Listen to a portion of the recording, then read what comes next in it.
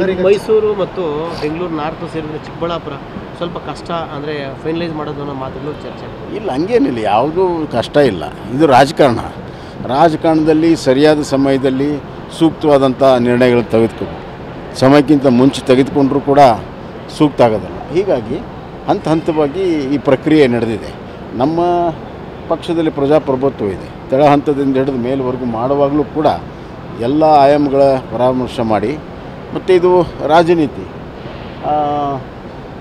ಈಗ ನಮ್ಮ ವಿರೋಧಿಗಳು ಏನು ಮಾಡ್ತಾಯಿದ್ದಾರೆ, ಅವ್ರ ರಣನೀತಿ ಆಧಾರದ ಮೇಲೂ ಕೂಡ ನಾವು ನಿರ್ಧಾರ ತಗೋಬೇಕು.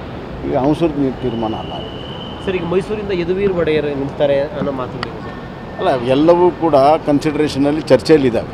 ಸರ್, ನರೇಂದ್ರ ಮೋದಿ ಅವರು ಬೆಂಗಳೂರಿಗೆ ಬರ್ತಾರಲ್ಲ ಸರ್, ಅದು ಡೆವಲಪ್ಮೆಂಟ್ಸ್ ಸರ್, ಕಾರ್ಯಕ್ರಮನ ಪ್ರಕಟಣೆ ಮಾಡ್ತೀವಿ. ಓಕೆ.